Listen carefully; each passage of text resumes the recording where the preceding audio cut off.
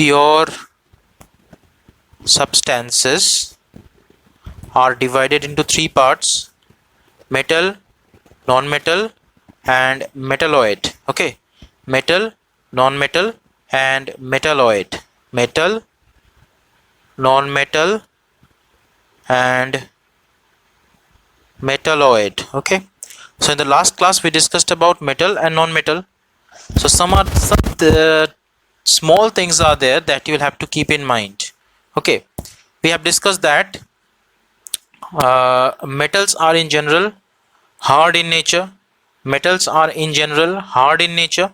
Okay, metals are in general hard in nature. Okay, but metals like sodium is also there. Okay, metals like sodium is also there, which we can cut with knife. So metals like sodium is also there, which we can cut with knife. Okay, on the other hand, we also discussed that non-metals are soft in nature. Non-metals are soft in nature. All right, but diamond is a non-metal which is hard in nature. But diamond is a non-metal which is hard in nature. Okay, on the other hand, we also discussed that non-metals cannot conduct heat and electricity. Heat and electricity. All right, but again there is an exception, that is diamond can conduct heat. Okay, on the other hand graphite can conduct electricity. All right, graphite can conduct electricity. All right, so diamond can conduct heat and graphite can conduct electricity.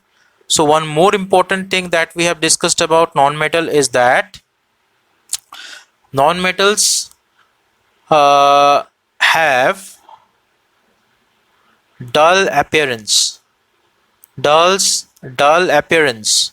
That means they are non-lustrous. That means they are non-lustrous. But again, one more exception is there, that is iodine. Okay, iodine has shiny appearance. Iodine has shiny appearance. Okay, so this is lustrous in nature, that is iodine. Okay, so these are the things, small things that you have to keep in mind. Okay, also one more important thing is that metals are in general hard. We have discussed metals are hard in nature. Okay, in general they are obviously solid. We have discussed about it, but there is again one exception, that is mercury. That is mercury. Okay, mercury is liquid at room temperature. Mercury is liquid at room temperature. So these things has to be there in your copy. You have to take the notes. All right, so let's proceed to the next topic. So in the last class we have discussed about how matter can be divided. All right, how matter can be divided, and we saw that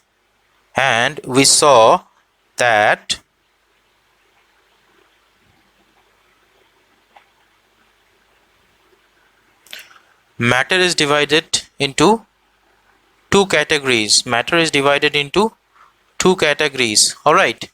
On the basis of purity. On the basis of purity, matter is divided into two classes. One is pure substance. One is pure substance and another one is impure substance. We also call it mixture. We also call the impure substance as mixture. Now once again, pure substance we divided into two classes. Okay, two classes. One was elements and the second one was compounds, and the second one was compounds. Okay, now element is divided into three more categories. Okay, all right. Metals, non-metals and metalloids. Metalloids. All right. Now if you see impure metal, impure substances, again it is divided into two categories. One is homogeneous mixture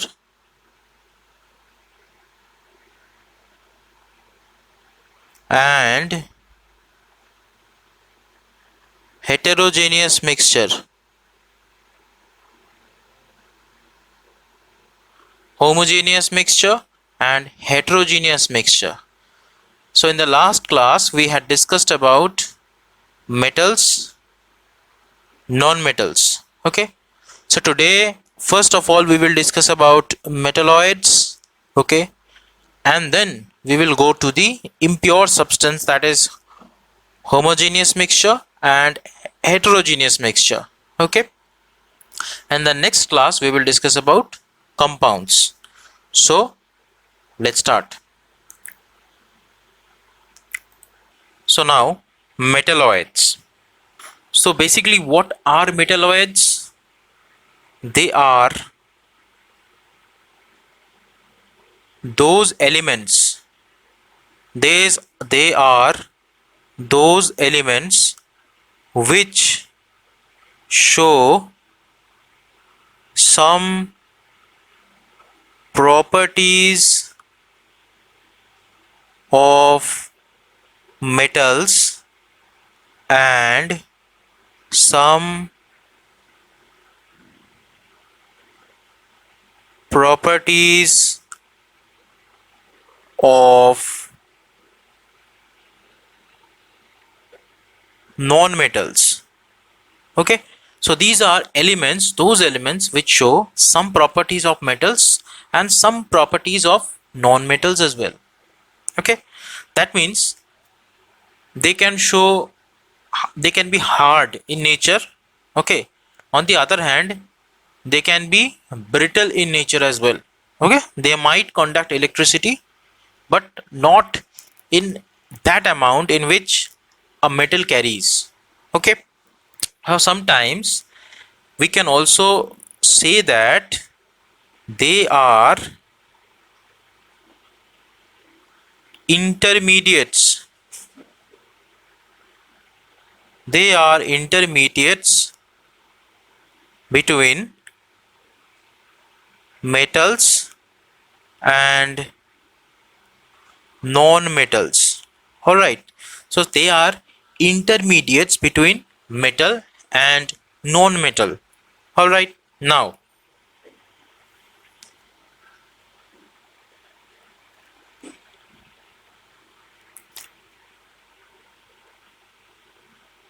they are also called semiconductors.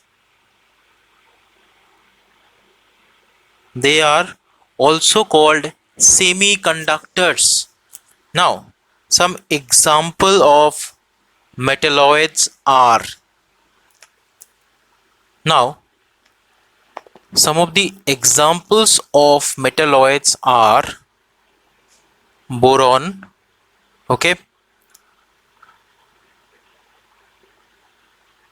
silicon,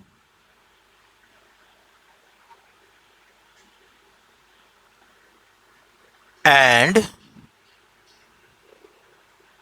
germanium. So these three are the most important examples of metalloids. So what are metalloids? They are those elements which show some of the properties of metals and some of the properties of non-metals as well.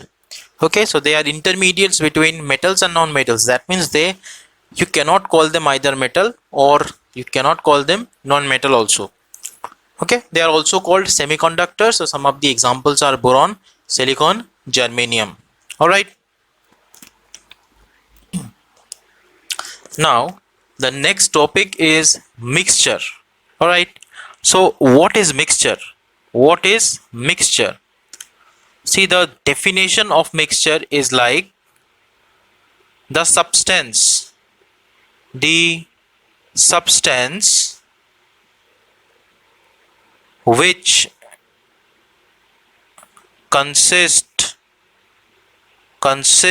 of two or more elements, okay, or compounds, all right, but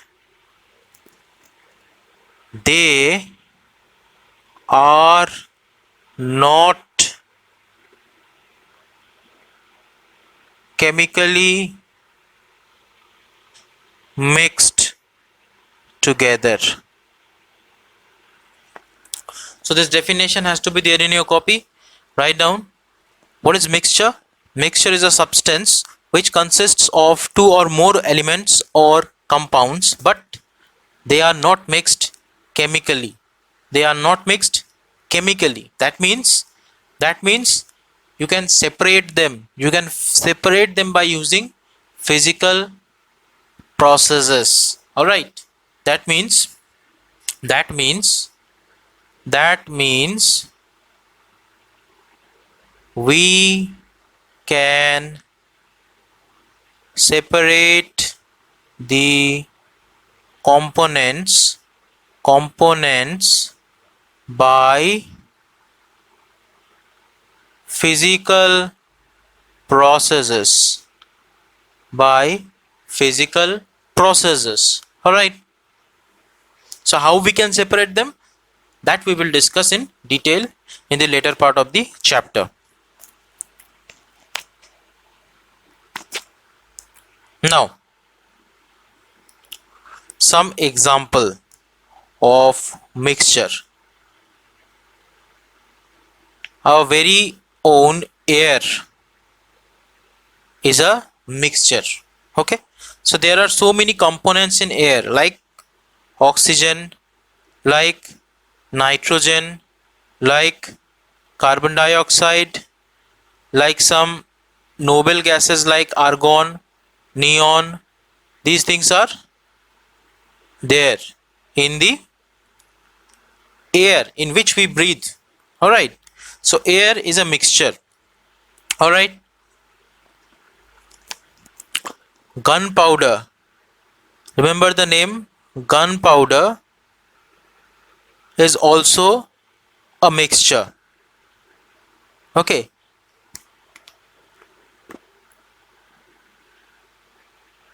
and it is made up of three things. All right, and these three things are potassium nitrate,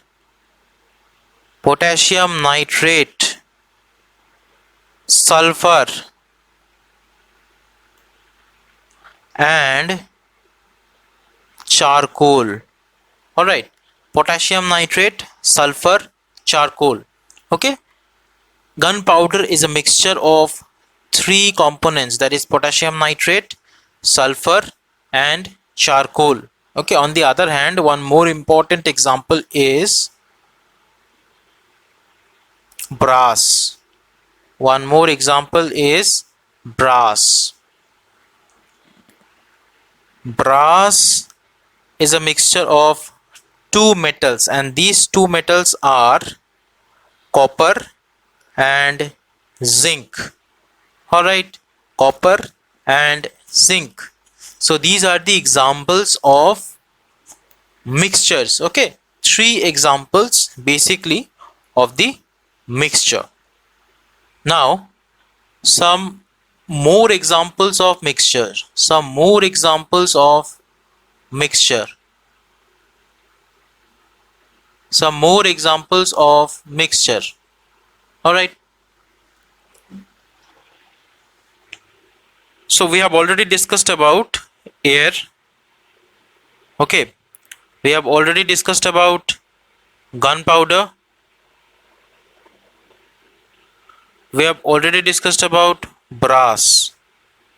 Now, some more examples that I am going to talk about, that is sugar solution, that is salt solution, that is sand in water, that is milk, kerosene,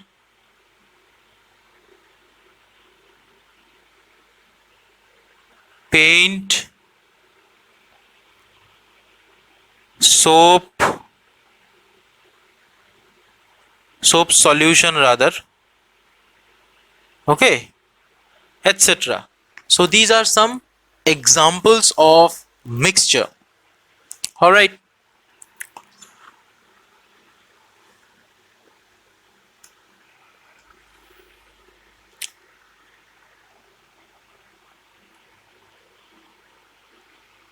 Now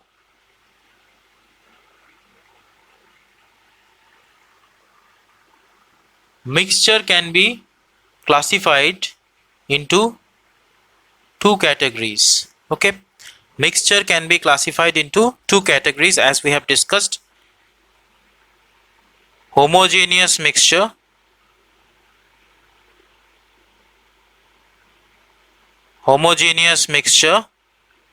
and heterogeneous mixture.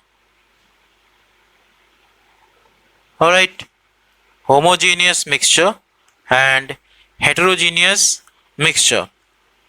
So now we will discuss about homogeneous mixture and heterogeneous mixture one by one. So first of all, homogeneous mixture. So what is the definition of homogeneous mixture? In this type of mixture, we are not able to see the components through naked eye. Alright, that is, there is no boundary of separation in between the components. Alright, so in this type of mixture, we are not able to see the components through naked eye. That is, there is no clear boundary of separation in between the components of the mixture. That is called as homogeneous mixture. Now obviously we have to understand some of the examples of homogeneous mixture. So let's see some of the examples.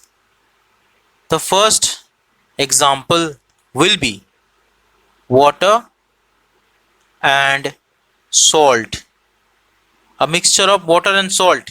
All right, So if we see the mixture of water and salt, what can we see? What can we see? We can see that the mixture is uniform throughout. Alright, the mixture is uniform throughout. That means you cannot separate. Okay, where is water, where is salt?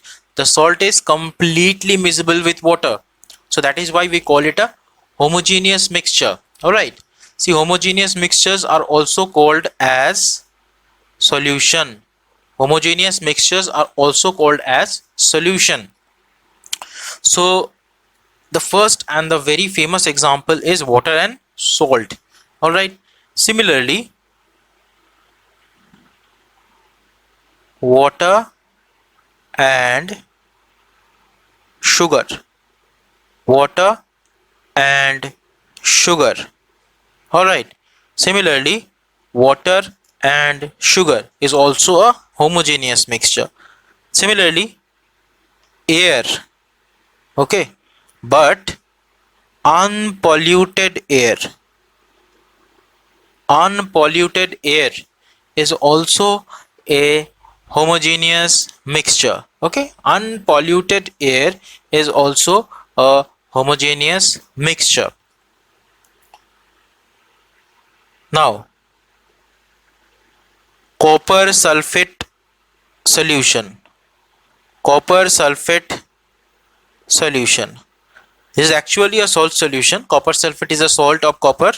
So if you mix copper sulfate in water, if you mix copper sulfate in water, if you mix copper sulfate in water, a blue color solution